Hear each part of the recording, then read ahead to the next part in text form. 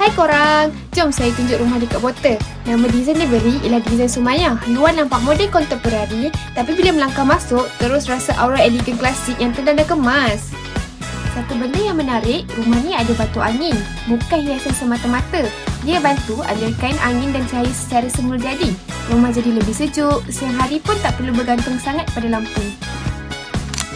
Dinding batu merah ni pula, owner memang sengaja kekalkan, bukan sebab trend, tapi dijadikan Hall of Fame, tempat kenangan dan gambar keluarga. Jom masuk masa bedroom. Ada siling L-box, barulah rasa eksklusif. Dalam tandas pula, kabinet kami sediakan siap-siap tau. Tak perlu pening, tambah kos lagi. Dapur ni pun lengkap, ada dry kitchen dan wet kitchen. Goreng nasi ke, buat air kopi ke, semua ada ruang dia sendiri. Inilah desain Sumayyah, rumah yang dibina ikut cara hidup pemiliknya, bukan ikut trend semata-mata.